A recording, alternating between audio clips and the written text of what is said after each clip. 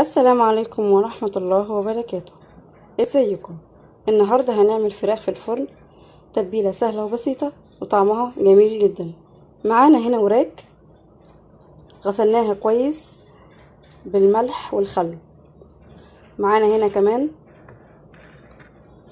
نص معلقة كمون، نص معلقة كزبرة ناشفة، نص معلقة فلفل اسود، نص معلقة بابريكا، نص معلقة زعتر، نص معلقة كاري، وملح حسب رغبتك، علبة زبادي، معلقة صلصة، توم مفروم، وليمون. يلا نبدأ ونسمي بسم الله. جبنا هنا طبق غويط هنحط فيه الصلصة،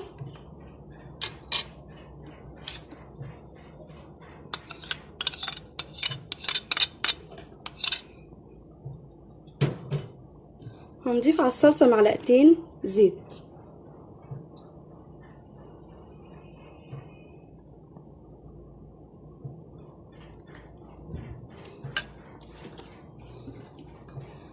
هنضيف كمان الزبادي،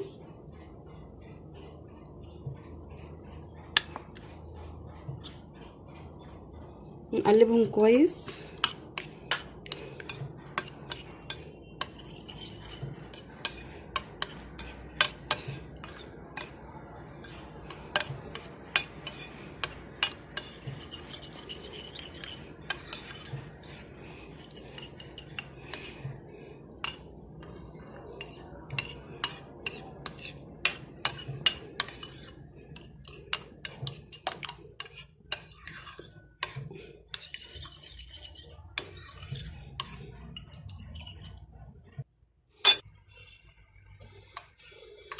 قلبناها كويس.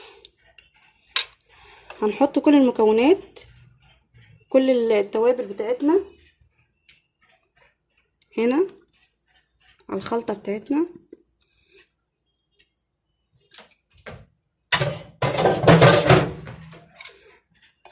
نقلبهم، نقلب كويس.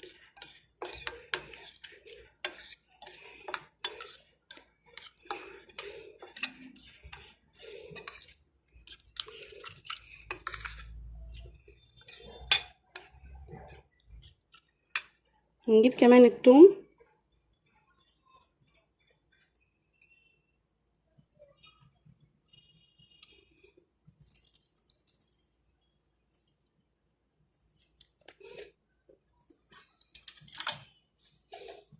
نقلب.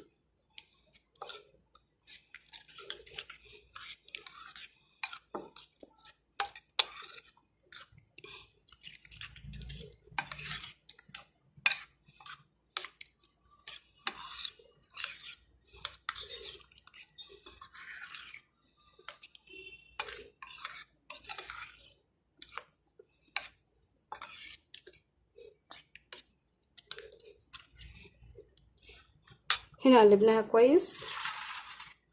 جبنا الوراك، هنيجي هنا تحت الجلد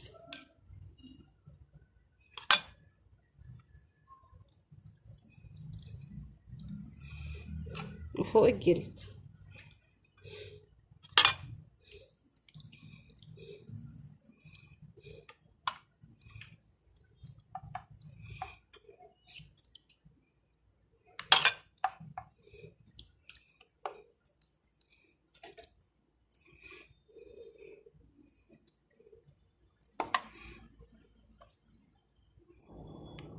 تبلناها كويس من تحت الجلد ومن فوق، تبلناها كلها. هنشيلها بقى ساعتين في التلاجة تشرب التتبيلة بتاعتها، تتبل كويس، وبعد كده هنسويها في الفرن لحد ما تتبل. هنعمل جنبها مكرونة سباكيتي صلصة. هنجيب المكونات ونبدأ ونقول بسم الله. هنا جبت قوطة وحطيتها على النار تسلق، لان انا بحب اعملها كده.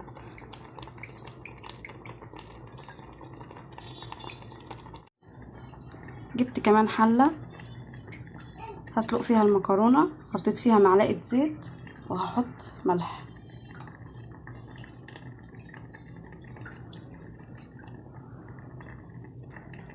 هسيب المية تغلي وبعد كده احط المكرونة.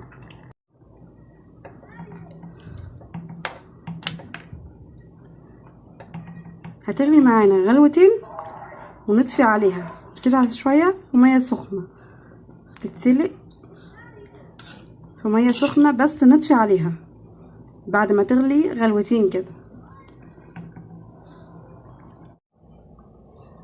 هنيجي هنا معانا التوابل، معانا توم مفروم، ربع كوباية زيت، كزبرة، نص معلقة فلفل اسود، ونص معلقة بابريكا. معانا هنا فلفل حامي وبارد، فصين توم دول هنضيفهم على الطماطم وهي بتتضرب في الخلاط.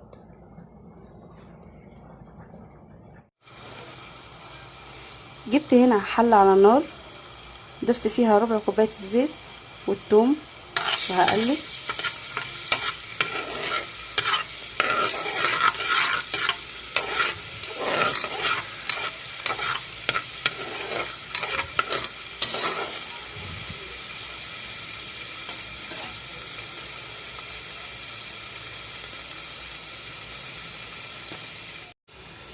هنا بعد ما الثوم بدأ يدي معايا لون، هنزل بالطماطم بتاعتي وضربتها في الخلاط.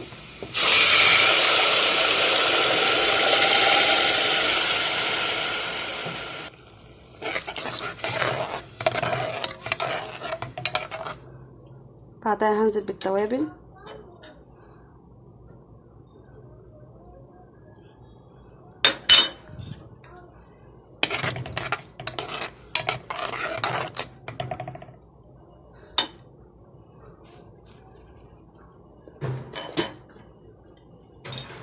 مننساش الملح، يبقى حسب رغبتك.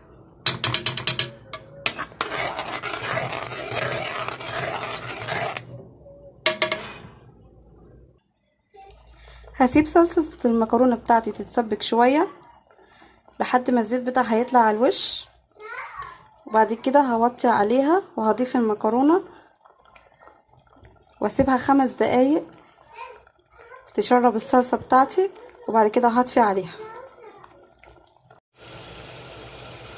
هنا الطماطم بتاعتي اتسبكت،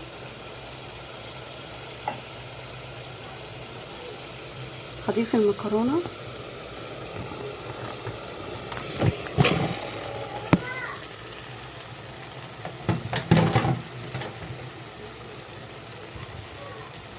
هقلب واوطي عليها واسيبها 5 دقايق في الصلصة. بعد ساعتين خرجنا الفراخ من التلاجة وحطيناها في الفرن تستوي، وعملنا المكرونة معاكم، والفراخ طلعت بالشكل ده. عايزه اقول لكم الريحه كانت قلبه الشقه، ريحتها جميله جدا وطعمها كمان تحفه. بتمنى تكون حلقتنا عجبتكم، متنسوناش في اللايك والشير والسبسكرايب، متنسوش تشتركوا في القناه. والسلام عليكم ورحمه الله وبركاته.